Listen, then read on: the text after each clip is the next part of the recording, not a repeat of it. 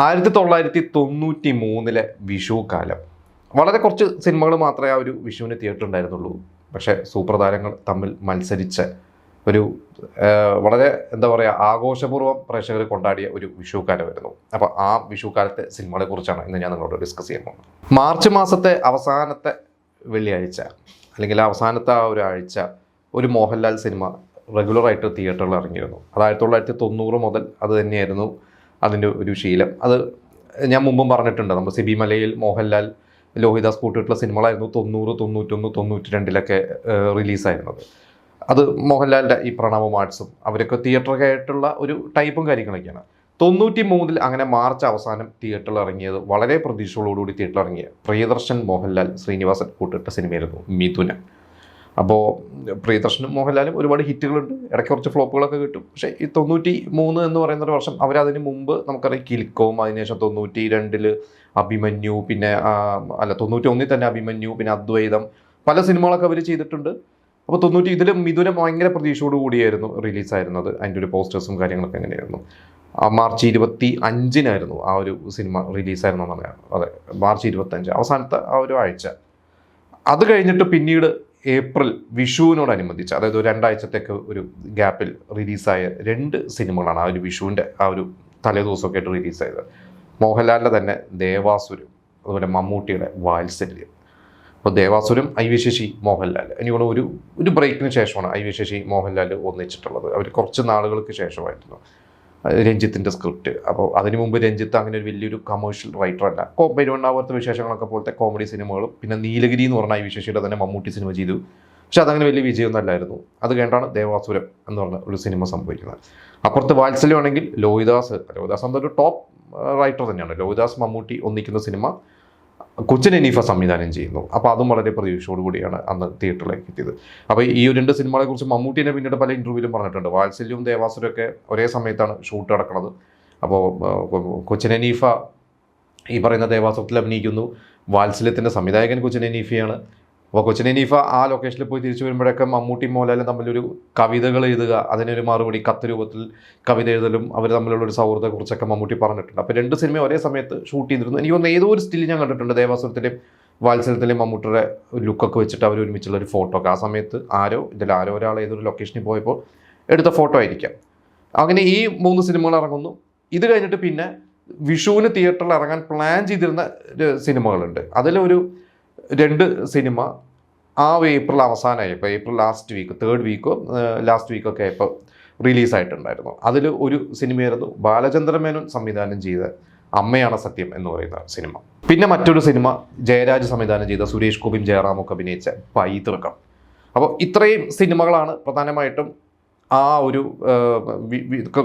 എന്താ പറയുക ഏപ്രിൽ മാസം അല്ലെങ്കിൽ ഒരു വിഷു സീസണോടനുബന്ധിച്ചിട്ട് അന്ന് തിയേറ്ററുകളിൽ എത്തിയിട്ടുണ്ടായിരുന്നത്.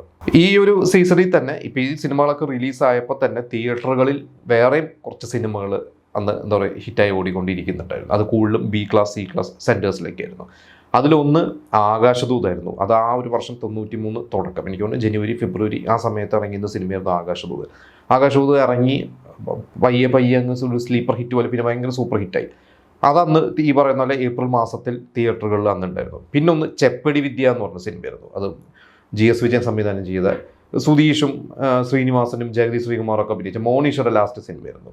ആ ഒരു സിനിമ ഇതേപോലെ തന്നെ എനിക്കോട് മോണിഷയുടെ അതിൻ്റെ ഷൂട്ട് നടക്കുന്ന സമയത്താണ് മോണിഷ മരിക്കുന്നത്. മോണിഷ അതിൽ അഭിനയിച്ച് കഴിഞ്ഞു, അതോ കുറച്ച് സീൻസ് എന്തോ ബാക്കിയുണ്ട്. പക്ഷേ ആ ഒരു സിനിമ നമ്മളിന്ന് കാണുമ്പോൾ മനസ്സിലാവും, അതിൻ്റെ ഒരു എൻഡിങ് കാര്യങ്ങളൊക്കെ കാണുമ്പോൾ മോണിഷ ഇല്ലാതെ അവരത് തീർത്തിട്ടുള്ളതാണ്.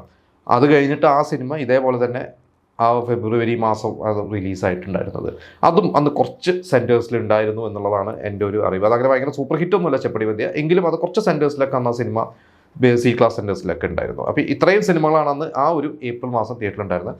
ഇതിൽ ഏതൊക്കെ വിജയിച്ചു എന്ന് ചോദിച്ചു കഴിഞ്ഞാൽ ആദ്യത്തെ പറയേണ്ടത് ദേവാസുരം പിന്നെ വാത്സല്യം തന്നെയാണ്. അത് 2ഉം സൂപ്പർ ഹിറ്റായിരുന്നു. എനിക്ക് തോന്നുന്നു ഏറ്റവും കൂടുതൽ കളക്ഷൻ കിട്ടിയത് കൃത്യമായിട്ട് എനിക്കറിയില്ല, പക്ഷേ ദേവാസുരം തന്നെയാണെന്നാണ് എൻ്റെ ഒരു വിവരം. കാരണം അന്ന് ദേവാസുരത്തെക്കുറിച്ചൊക്കെ പിന്നീട് അതിൻ്റെ പ്രൊഡ്യൂസർ VBK മേനോനൊക്കെ പറഞ്ഞിട്ടുണ്ട്. അന്ന് അതിൻ്റെ ഒരു മുടക്കിയ ഒരു ബഡ്ജറ്റിനെക്കാട്ടൊക്കെ എത്രയോ കളക്ട് ചെയ്തില്ല. എനിക്കൊന്ന് 60 ലക്ഷം എന്തായിരുന്നു അന്ന് സിനിമയുടെ ഒരു ബഡ്ജറ്റ്. അന്ന് തന്നെ അത് കോടികൾ തിയേറ്ററിൽ നിന്ന് കളക്ട് ചെയ്തിട്ടുണ്ട്. പക്ഷേ പിന്നീട് അത് പറഞ്ഞ അതിൻ്റെ ഒരു സാറ്റലൈറ്റൊക്കെ വളരെ നിസ്സാര പൈസയ്ക്കൊക്കെ കൊടുത്തിട്ട് പിന്നീട് ആ സാറ്റലൈറ്റ് ടി വിയിൽ ആ സിനിമ ടെലികാസ്റ്റ് ചെയ്ത് ചാനലുകാരൊക്കെ ഒരുപാട് പൈസ ഉണ്ടാക്കിയിട്ടുണ്ടെന്നൊക്കെ അദ്ദേഹം പിന്നീട് പറഞ്ഞിട്ടുണ്ട്.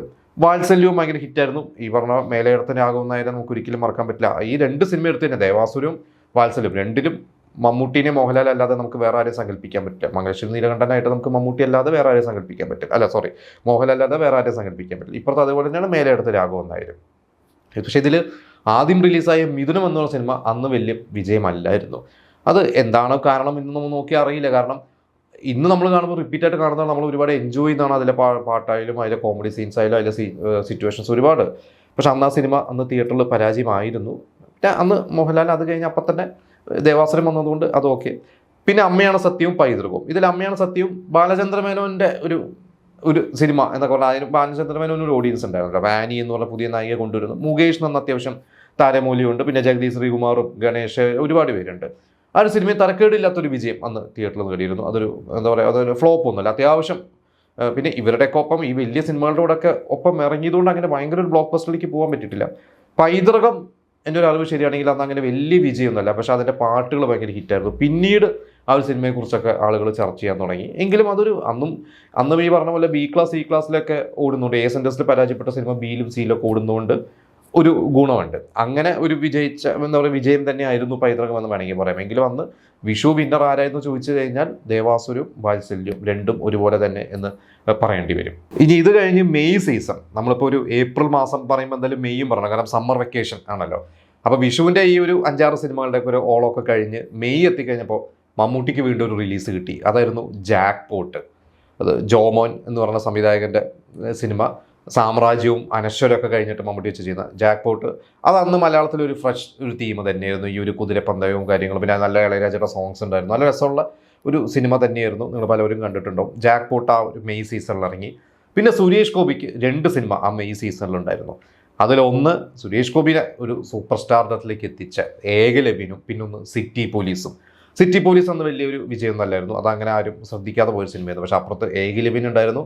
നമുക്കറിയാം മമ്മൂട്ടി വെച്ച് പ്ലാൻ ചെയ്തു, പിന്നീട് സുരേഷ് ഗോപിയിലേക്ക് എത്തി. എന്തായാലും സുരേഷ് ഗോപിക്ക് ഒരു സ്റ്റാർഡം കിട്ടിയ ഒരു സിനിമ അത് ഈ പറഞ്ഞ 93 മെയ്യിൽ റിലീസായ ഒരു സിനിമയായിരുന്നു. പിന്നെ തിയേറ്ററിൽ വന്ന 2 സിനിമകളായിരുന്നു സ്ത്രീധനവും അതുപോലെ തന്നെ ഗസലും. സ്ത്രീധനം അന്ന് മലയാള മനോരമയിലോ നോവൽ ആയിട്ട് വന്നതാണ്. ജഗദീഷിൻ്റെ ഒരു നായക നിരയിൽ, ജഗദീഷ് അന്ന് നായകനായിട്ട് സിനിമകളൊക്കെ അത്യാവശ്യം ഹിറ്റാകുന്ന സമയമാണ്. അതും ഭയങ്കര ഒരു ഹിറ്റായിട്ടുള്ള സിനിമയായിരുന്നു. ഗസല് നല്ലൊരു സിനിമയായിരുന്നു. കമൽ ടീറസ കൂട്ടുകെട്ടിൽ നല്ല പാട്ടുകളായിരുന്നു. ഒരുപാട് പ്രതീക്ഷകളോടുകൂടി കമൽ ചെയ്തൊരു സിനിമയായിരുന്നു. പക്ഷേ അന്ന് ഗസൽ തിയേറ്ററിൽ പരാജയമായിരുന്നു. അതിൻ്റെ ഒരു പരാജയം പിന്നീട് ഒരു ബ്രേക്ക് എടുത്തിരുന്നു കമൽ. അത് കഴിഞ്ഞിട്ട് പിന്നീട് 94 കമൽ സിനിമ ചെയ്തില്ല. പിന്നെ 95 മഴയത്ത് മുമ്പേ ആയിട്ടാണ് കമൽ തിരിച്ചു വന്നത്. പിന്നെ മറ്റൊരു സിനിമ മെയ് മാസം റിലീസായിരുന്നത് ബാബു ആൻ്റണിയുടെ ഗാന്ധാരി. അതിൽ ബാബു ആൻ്റണിയും സൈനുദ്ദീനും ഒക്കെ അഭിനയിച്ച, അതിൽ മാധവിയാണ് ശരിക്കും ഒരു സെൻട്രൽ ക്യാരക്ടർ. മാധവിയുടെ ഒരു തിരിച്ചുവരവായിരുന്നു അന്നത്. മാധവി ഒരു ബ്രേക്കിന് ശേഷം അഭിനയിച്ച സിനിമയായിരുന്നു. ഗാന്ധാരി അന്ന് തിയേറ്ററിൽ ഭയങ്കര ഹിറ്റായിരുന്നു. എനിക്കൊന്ന് ബാബുവിൻ്റെ ഒക്കെ ഒരു സ്റ്റാർഡം തുടങ്ങുന്ന ആ ഒരു സമയത്തുള്ള ഉപ്പുകണ്ടം ബ്രദേഴ്സ് ഉണ്ട് അതിന് ആ സമയത്ത്. പിന്നെ ഗാന്ധാരി, ഭരണകൂടം, അങ്ങനെ കുറേ സിനിമകളുണ്ട്. അപ്പോൾ അതും ഈ ഗാന്ധാരിയും ആ ഒരു വെക്കേഷൻ സീസണിൽ ഇറങ്ങിയിട്ട് അത്യാവശ്യം ഹിറ്റായ സിനിമയായിരുന്നു. അപ്പോൾ ഇന്ന് നമ്മൾ നോക്കുമ്പോൾ ഒരു ഏപ്രിൽ മെയ് മാസം എത്ര സിനിമകൾ, എത്ര ഹിറ്റുകൾ നോക്കണം. ഇന്ന് നമുക്ക് അതുപോലെ ഒരു ഹിറ്റുകൾ കിട്ടുന്നില്ല. സിനിമകളുടെ എണ്ണം ഇന്ന് അതിനെക്കാട്ടും കൂടുതലുണ്ട്. പക്ഷെ നമുക്ക് ഹിറ്റുകളൊന്നും കിട്ടുന്നില്ല. അതിൻ്റെ ഒരു കാരണം, പല കാരണങ്ങളുണ്ട്. എന്തായാലും ഇപ്പോൾ ഞാൻ ഈ പറഞ്ഞ സിനിമകളെല്ലാം നിങ്ങൾ പലരും തിയേറ്ററിൽ പോയി കണ്ടതായിരിക്കും. അപ്പോൾ അന്ന് കണ്ട സിനിമകളുടെ ഓർമ്മകളൊക്കെ നമുക്ക് പങ്കുവയ്ക്കുക.